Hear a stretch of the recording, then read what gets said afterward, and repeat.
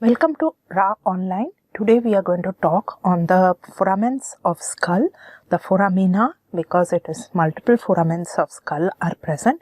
This will be followed with a dry skull demonstration of all the foramens from the cranial fossa aspect and also from the base of the skull aspect, because certain foramens will be present more on the base of the skull, whereas if you see from the foramen from the fossa aspect, there are certain foramens which may be seen in the fossa but may not be seen when you are checking out the or seeing or observing it the base of the skull from the normo-basalis aspect. Okay, so coming to this diagram at first. So when we have drawn this is showing the skull, the foramens of the skull from the cranial fossa aspect. So you can see that once we open the vault of the skull and see the skull from inside, then we can observe from anterior aspect. This is anterior aspect, this is posterior aspect, and when we observe from the anterior aspect towards the posterior aspect, in the anterior cranial fossa, we can observe a center in the median plane. You have the cribriform plate. So this cribriform plate is a plate of the ethmoid bone which will be actually perforated by multiple rootlets of a nerve, which is very important because it is the first cranial nerve, and that nerve is not coming as a single nerve but multiple rootlets will be perforating this plate and entering into the skull. So this is the first thing what we observe in the anterior aspect. In the median plane is the crista galli, which is demarcated by this dark color line over here, and on either side you have a perforated plate of bone which is called the cribriform plate of ethmoid. Now as we come behind, so this is what we are observing in the anterior cranial fossa.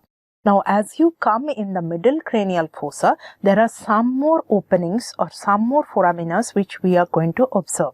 So you can see over here the second foramina which will give passage to the second cranial nerve, that is your optic nerve, is the optic foramen.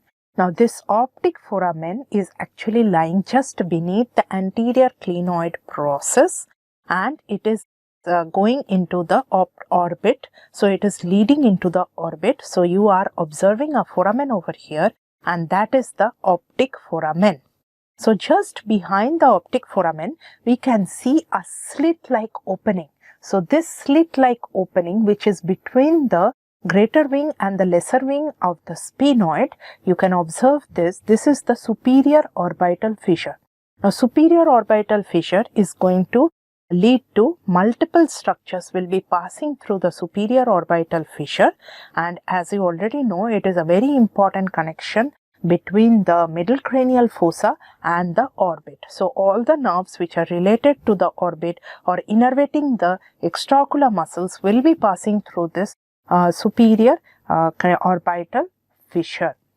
So next, as we come into the middle cranial fossa, in the median plane, this is the place where you have the pituitary gland. So this is the bone or the saddle turcica. So that will be lodging the pituitary gland, the body of the sphenoid.